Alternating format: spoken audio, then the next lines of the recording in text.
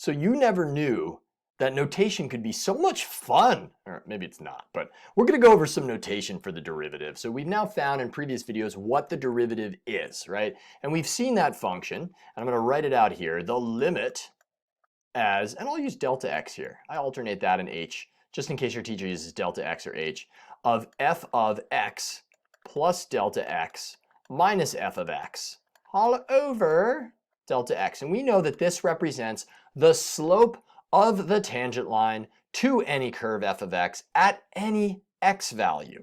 All right, but we have notation for it, so we don't have to write that out all the time. We've got notation that means f prime of x is how it's read. That right there is this. So you could literally say that this is equal to f prime of x. And mathematicians, myself being one of them, were famous, or maybe infamous, for greatly abbreviating large amounts of work with notation. That's so that we don't have to go through writing this all the time. It's called being efficient or intelligently lazy. So basically, f prime of x, or the derivative of f with respect to x. That with respect to x means as x changes left or right. We could also write it as y prime, right? Let's say that we have a function defined as just y. dy dx also means the derivative of y with respect to x. So let's say instead of having f of x, I call the function y, we could call it dy dx. df dx, we could call it that. It means the same thing, the derivative of f with respect to x. And then d of f of x by dx, or the derivative of f of x.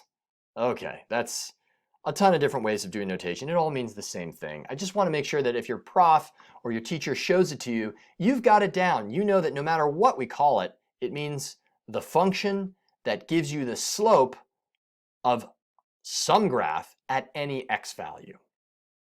Again, it's also known as the instantaneous rate of change. Okay, now let's go into one last problem in this lesson, shall we? Now that we got the notation out of the way, let's do it. Find the equation of the tangent line to y equals root x minus 1 at x equals 5. What's this all about? Well, what it's all about is we're going to be finding the slope and also a point in this problem. So essentially, let's draw it out first. That might help. You've got a point at x equals 5. And what we're going to do is, we're going to want the equation of this line. And generally speaking, this is taught with point slope form. So our goal, and I like to write this out first, it kind of gives me a shopping list, if you will, of the ingredients we need to go and find. So y minus y1 equals the slope m times x minus x1. That's point slope form of a line. That's the equation of this line. We want the equation of the tangent line. And in a later chapter, we'll go over what we're going to do with that equation. For now, we're just going to find it. Well, what are the ingredients we need for this recipe? We need the slope at that point. Okay, so we need f prime of 5, right? Or y prime of 5, or dy dx at x equals 5. It's another way of writing it a fancy way. Either way, it means the same thing. We need the slope at x equals 5. Okay, what do we do from there? Well, we're going to take a derivative, but we also need the point, the y value there, which we'll get to in a little bit. All right, let's do this. So to find the derivative, that's what we're going to find. You could either plug 5 into the derivative formula right away, or we could find the derivative in terms of x and then plug in. That's what I prefer to do. So I've got the limit as, we'll do h. h goes to 0 of f of x plus h minus f of x, your difference quotient, if you will, all over h. And let's plug in. So we'll have the limit as h goes to 0. And we're going to plug x plus h into that function. It's going to be gross, really gross. X plus h minus 1. The x value is x plus h minus 1. Then we're going to subtract f of x minus root x minus 1 all over h. Ew. What do we do to evaluate this thing? Well, glad you asked. What we're going to do is we're going to use our practice and limits from before. If we plug in 0, we will get 0 over 0. So when we get a square root of something minus the square root of something, we need to invoke the conjugate, right? So that would be the plus version of all of this. And I'm going to write right over our graph, how dare I. So that's going to be the square root of x plus h minus 1 plus the square root of x minus 1. You got this, you got this. It's going to get messy before it gets nicer, but you'll be there. and you'll be there, and I'll be there, and we'll all be there. We'll be partying calculus style. All right, anyway, I'm just copying down that conjugate. So this is from your training from the last chapter in limits. And if you forget that, go back, check it out, do the work. Limit has h goes to 0 of. Now, because you're multiplying by the conjugate, anything inside of a square root multiplied by itself leaves itself. So x plus h minus 1 is what we get out of multiplying that part. The square roots vanish. It's beautiful. Then we've got the square root of x minus 1, the minus version of that, times the positive of root x plus h minus 1. Then we've got a positive times a positive of that same product. So this and that will cancel. I'm not going to write it out. They will cancel and go to 0. They're the same number, but just a negative and a positive. Then you get minus root x minus 1 times plus root x minus 1. Minus and a plus is a minus. The x minus 1 comes out to play because the square roots cancel.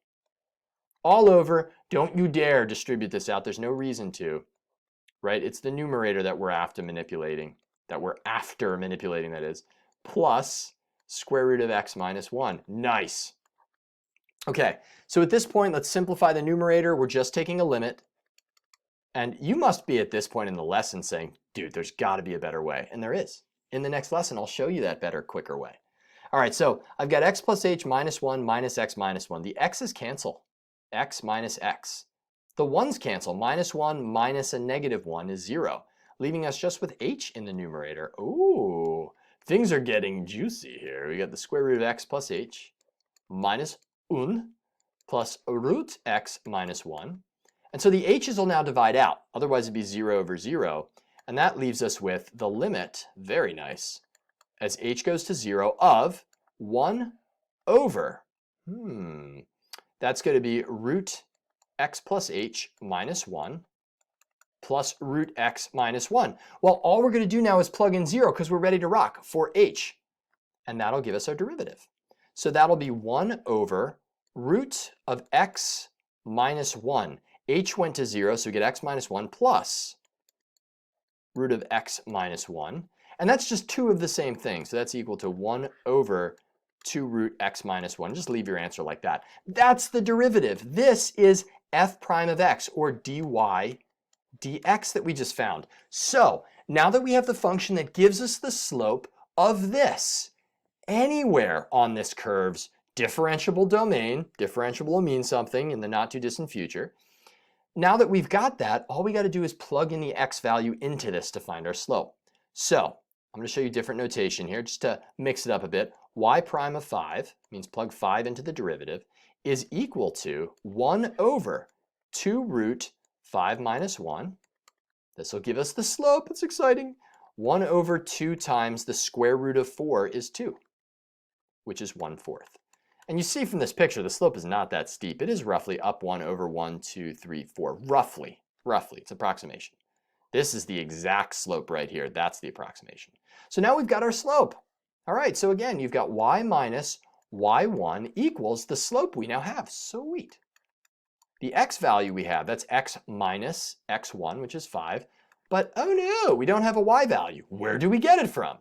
Well, if you plug 5 into the original function, you'll get your y value. So y1 is equal to the square root of 5 minus 1, which is the square root of 4, or 2. And we've got our answer. Y minus 2 equals 1/4 times x minus 5. That is the equation of the line that is tangent to this curve at that point.